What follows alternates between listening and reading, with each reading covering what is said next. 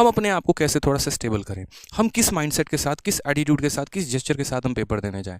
उसके लिए मैं आपको छोटी सी बात बोलूँगा। सबसे पहले देखो, मैंने जो अपने मेंस के टाइम पर फॉलो किया था, जो मेरा मेंस 2019 के पैटर्न पे था, उसमें क्या था, 2 घंटे का मैथ्स का पेपर था, 2 घंटे का इंग्लिश का पेपर था। तो सेशन बड़ा एग्जॉस्टिव सा हो जाता था। मॉर्निंग से लेकर इवनिंग तक अपने आप को इंसान तोड़ देगा, ऐसा नींद खतरनाक वाली आती थी। और इंग्लिश मजबूरी में अटेम्प्ट करने वाली सिचुएशन हो जाती थी कि बस जल्दी से पेपर खत्म और निकलो। आप लोगों में मोस्ट ऑफ द बच्चे होंगे, जैसे इतनी लंबी सिटिंग जो है आप लोगों की हो सकती है आदत ना हो, कि पहले आप 2.25 घंटे का पेपर दो, फिर बीच में 2 घंटे का गैप, फिर एक और आपका टाइपिंग दो। तो इस वजह से आप ऐसा ज़रूर कर सकते हैं यहाँ पे कि अपना 9 बजे वाले पेपर के पहले एक रेड बुल लेकर चले जाएं। या ऐसा हो सकता है कि 11:15 में जब आपका पेपर खत्म होगा तो उसके बाद एक रेड बुल ले लीजिएगा, ताकि वो एक एनर्जी मेंटेन करके रखेगा। मॉर्निंग में बहुत ज़्यादा पानी मत पीना, वॉशरूम जाने की आवश्यकता पड़ सकती है, और 1 मिनट भी अगर आप गए तो बहुत कुछ तबाह हो सकता है, बर्बाद हो सकता है। इस बात का ध्यान रखो, ठीक है। तो बस मुझे लगता है कि red bull is a very soft option, आप इसको चूज़ कर सकते हैं। और अगर आपने पहले ज़्यादा नहीं पिया तो एक बार में पूरी बोतल मत खत्म करना, आधी खत्म कर सकते हो, बस इतना है। बहुत लोगों को सूट भी नहीं करेगा, जिन्हें पहले आदत है या एक आधा बार पी रखा वही लेना मेरे भाई, वो ज़्यादा सही रहेगा, नहीं तो कॉफ़ी वॉफ़ी से काम चला सकते हो, ठीक है। उसके बाद बात करते हैं यहाँ पर कि जब एंटर हुए तो क्या करना है। सबसे पहले अपने डेस्क पर जाना। तो कई लोग कहते हैं कि पहले से पढ़ना शुरू कर देना, एडमिट कार्ड के लिखे लाइनों को पढ़ना, माइंड को अपना कैलकुलेशन करना शुरू कर देना, पेन लेकर और एडमिट कार्ड पे इंटू इंटू इंटू करना, ताकि तुम्हारा माइंड एक्टिव मोड में आ जाए। मेरे भाई, ये जो कोई इंजन नहीं है कि ठंडी के दिन में स्टार्ट करके 20 मिनट छोड़ देना है तभी गाड़ी बढ़िया चलेगी, इस बात को समझिए। पेपर के पहले जितना ज़्यादा अपने आप को शांत रखेंगे ना, उतना बेहतर है, मैं ऑनेस्टली बता रहा हूँ। जस्ट बी कूल मेरी तरह, ठीक है। मैं कभी भी कोई भी पेपर देने जाता हूँ ना, चुपचाप जाऊँगा, जाके ऐसे सो जाऊँगा मैं, और बस एग्जामिनर आके उठाएगा, चलो पेपर स्टार्ट हो गया, टाइम हो गया, तो मैं आराम से उठता था।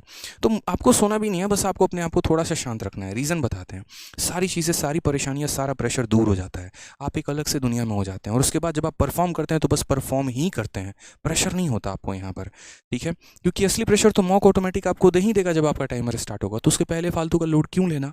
इसलिए यहाँ पर जो है बढ़िया तरीके से जाओ, आराम करो अपने डेस्क पर, उतना लोड लेने की ज़रूरत नहीं है। कोई कैलकुलेशन, उसकी बातें, उसकी यादें, और यहाँ घर में 2 सालों से बेरोजगारी चल रहा है, नमक आटा का पैसा नहीं है, मेरे बाद क्या होगा, नौकरी नहीं लगी तो क्या होगा, वो छोड़कर चली गई तो क्या होगा, कुछ मत लेना मेरे भाई ऐसा लोड। मैं बता रहा हूँ, आपके लोड लेने से कुछ नहीं होने वाला, उल्टा पेपर खराब होने वाला है। तो हम ऐसा काम क्यों करें जिससे हमारा पेपर खराब होगा। प्रैक्टिकली सोचिए आप यहाँ पर, मेरे घर में 100 प्रॉब्लम थी, मुझे पता है कि मेरे एक तरीके से सबसे ज़्यादा प्रेशर मुझे अपने भाई को और ऊपर पहुंचाने में था कि वो पढ़ाई नहीं कर पा रहा है, मेरे घर में फाइनेंशियल क्राइसिस थे, और भी चीज़ें थी। तो मैं इस समय एग्जाम हॉल में अगर मैं सोचता तो मतलब क्या उससे सही हो जाती सिचुएशन। एक एस्पिरेंट सबसे बड़ा गलती पता है क्या करता है, कि जो उसे पेपर के दौरान नहीं सोचना होता वो वही वहीं पर सोचता है। ऐसा मत करना मेरे भाई। लड़कियां ऐसे सोचती हैं, नहीं हुआ तो मेरी शादी करा देंगे। मैडम मत सोचिए, हाथ जोड़कर बहन विनती है, मत करना ऐसा, बता रहा हूँ मैं। पढ़ लेना यहाँ पर, ठीक है। लोड बिना लिए पेपर देना, अच्छा पेपर जाने वाला है, यकीन मानो। जो तुमने 3 महीने की तैयारी की है ना, और जो अपने आप को रगड़ा है भाई, उस पर विश्वास रखो। आपने कोई मॉक नहीं छोड़ा, आपने कोई लेसन नहीं छोड़ा, आपने कोई पीडीएफ नहीं छोड़ा। जब आपने कुछ नहीं छोड़ा तो किस बात की टेंशन है।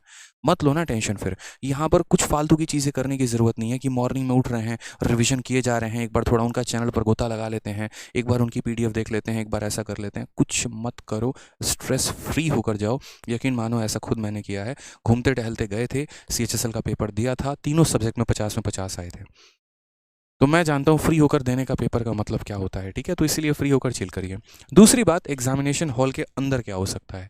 पहली बात, बायोमेट्रिक होगी। तो इस बात से पहली बात तो परेशान मत होना कि बायोमेट्रिक हो रहा है, समय वेस्ट हो रहा है, क्या हो रहा है। तरीके से अपना कैंडिडेट कॉपी भर लेना और सहयोग देना पूरा का पूरा बायोमेट्रिक में। जल्दीबाजी करोगे, क्या पता 5 बार अंगूठा सटाना पड़े और डिस्टर्बेंस हो, पैनिकनेस हो। बड़ा कूल होकर अपने आप जो है आराम से बायोमेट्रिक में पूरा सहयोग करना एग्जामिनर का, टेंशन लेने की ज़रूरत नहीं है, ठीक है। जब आपका पेपर स्टार्ट हो उसके पहले ही अपना माउस चेक कर लेना कि क्या आपका माउस वर्किंग कंडीशन में है या नहीं है। थोड़ा सा भी डाउट हो ना, तुरंत भाई वहीं पर रिप्लेस करा देना। एग्जामिनर बोले कि हम ठीक कर देते हैं, बोलना इसको जो है सही करिए, नहीं तो हम तोड़ देंगे। सीधी सी बात है, ऐसा कहना नहीं है उनको, बदतमीजी नहीं करनी, बकवासबाजी नहीं करनी। लेकिन हाँ, अनुरोध करके माइक ज़रूर, माउस जो है वो ज़रूर बदलवा लीजिएगा, क्योंकि बीच में अगर धोखा दे दिया ना तो ज़्यादा दिक्कत होगी। फिर बाद में आपका कोई सुनने वाला भी नहीं है, एसएससी वैसेसी कोई आपके लिए स्टैंड अप नहीं करेगा, कितना भी एप्लीकेशन लिखवा के दिलवा दो, कोई फ़ायदा नहीं है यहाँ पे। तो माउस जो है वो मेरे भाई ज़रूर चेक कर लेना, ख़राब है तुरंत बदलवा लेना, मतलब, ठीक है। उसके बाद जैसे मानो जब पेपर दे रहे हो, तो पेपर दे रहे हो ना, तो बार बार जो आदत तुम्हारी लगी होती है टाइमर देखने की, उस पर उतना फोकस मत करना। चिल आउट होकर अपना आराम से पेपर दो, ठीक है। हाँ, थोड़ा टेंशन लेना वो तो यार लाजमी है, उतना तो लोगे ही लोगे।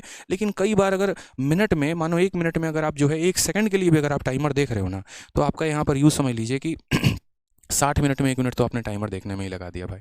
तो इसलिए उतना पैनिक नहीं करना है कि हाँ ठीक है, बार-बार देख रहे हैं चीज़ें, नहीं। चिल आउट रहो, अपना पेपर अटेम्प्ट करने पर फ़ोकस करो।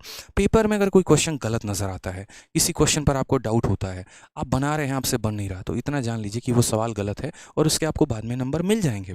लेकिन उस समय उसके साथ दंगल मत लड़िए यहाँ पे। एक आर्ट होता है जो एक एस्पिरेंट को सीखना होता है, और वो पता है आर्ट क्या होता है? उसे हम कहते हैं आर्ट ऑफ स्किपिंग।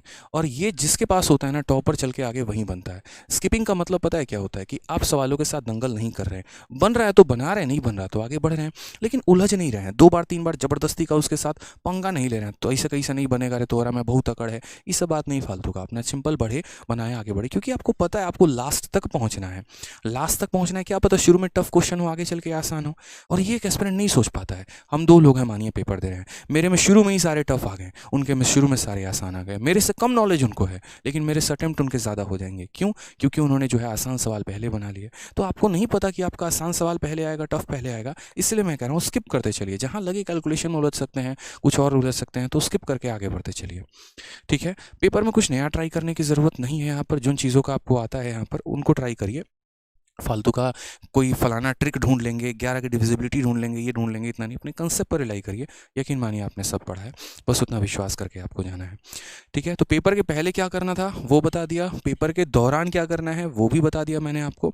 अब पेपर के बाद क्या करना है मैं आपको बताता हूँ।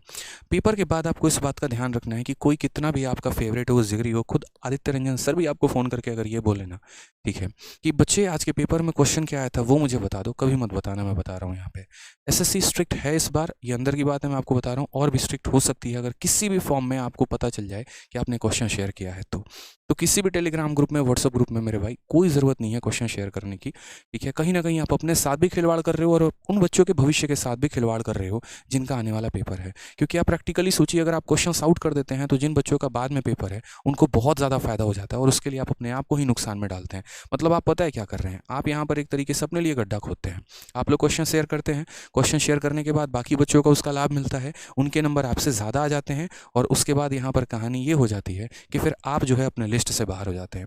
अगर एक सवाल भी अगला बंदा आपसे ज़्यादा करके आया ना, तो उसके बाद उसका प्रभाव आप ही पर पड़ना है। तो क्यों करते हो ऐसा काम? तो क्वेश्चन शेयर वेयर करने की ज़रूरत नहीं है, अपने आप पर पैर पे कुल्हाड़ी मारने की ज़रूरत नहीं है, वैसा मत करना। एक और चीज़, कई सारे लोग यहाँ ये भी सोच रहे होंगे कि यार पता नहीं पेपर देने जाना चाहिए नहीं जाना चाहिए। जैसे मानो कि हो सकता है बहुतों का सेशन 1 खराब हो जाए, हम टाइपिंग नहीं देंगे। ऐसी गलती मत करना। हर एक चीज़ को अटेम्प्ट ज़रूर करना है यहाँ पे। ठीक है? बिल्कुल टाइपिंग देखना है। कारण हम बताते हैं, वो माहौल फ़ील कर पाओगे, वो कीबोर्ड के खटखट की आवाज़, वो क्लासरूम में वो शोर, ठीक है? वो बच्चों में एक जो कंपटीशन वाली भावना है, वो सारी बातें सुन पाओगे, समझ पाओगे। तभी अगली बार जो है जब फुल प्रिपरेशन के साथ जब जाओगे ना, तो बहुत तगड़ा परफ़ॉर्म करके आ पाओगे। ठीक है? तो इसलिए अगली बार के लिए भी बहुत ज़्यादा उपयोगी होना, तो पूरा सेशन आपको देकर ज़रूर आना है। ठीक है? बाकी एक और चीज़, छोटी-सी अनाउंसमेंट है मेरी तरफ से, वो ये है कि कल मैं आप लोगों के नोएडा वाले सेंटर पर आऊँगा, नोएडा सेक्टर 62, और पेपर 11:15 में ख़त्म होने के बाद मैं वहाँ आप लोगों से ज़रूर मिलूँगा। और उसमें पेपर का पैटर्न क्या रहा, कुछ नया जानने को मिला या नहीं मिला, क्वेश्चंस की बात मैं नहीं कर रहा हूँ, कोई क्वेश्चन आपसे मैं वहाँ पूछने वाला नहीं हूँ। हाँ, लेकिन ये कि बच्चों को क्या करके और जाना चाहिए, कहने का मतलब कि थोड़ा-सा क्या डॉक्यूमेंट कुछ नया लेकर आना है, या कुछ थोड़ा-सा उन्हें किन बातों का सावधानी वहाँ बरतना है, कुछ एक्स्ट्रा मतलब मास्क लेकर जाना है, नहीं जाना है, और भी क्या थोड़ी-सी छोटी-छोटी जो बातें होंगी, तो वो मैं आप लोगों से नोएडा सेक्टर 62 पे मिलकर ही बात करूँगा, और बाकी बच्चों को भी वहाँ से गाइड करूँगा। जिन्हें मिलना होगा वो वहीं पे रहेंगे। आराम से चिल आउट होकर पेपर दीजिएगा, आपका भाई आपके साथ खड़ा है। ऑल द बेस्ट हमारी तरफ से। दही चीनी खा के ज़रूर जाइएगा, अच्छे से पेपर दीजिएगा, और अपने तैयारी पर विश्वास रखिएगा। इसलिए मैंने कहा कि हमारी पूरी शुभकामनाएँ जो हैं वो हमारे साथ हैं आपके। बढ़िया से चिल आउट होकर पेपर दीजिए। निश्चिंत रहिए सर, आपने बहुत अच्छी तैयारी की है, ये आपका बड़ा भाई आपसे कह रहा है, और आपका नहीं होगा तो किसका होगा ये बताइए ना। ठीक है? मौके मार्क्स से अपने आप को जज मत करिए, दुनिया पलटते देर नहीं लगता है। सारा खेल किस्मत का और मेहनत का है, तो वो आप पे है, मेहनत की है, किस्मत का लग जाएगी, बस चिल आउट होकर पेपर दीजिए। हर किसी से बात करके जाइएगा जो आपका फेवरेट पर्सन है, जो आपके बेस्ट विशेज़ हैं, मम्मी हैं, पापा हैं, गर्लफ्रेंड है, बॉयफ्रेंड है,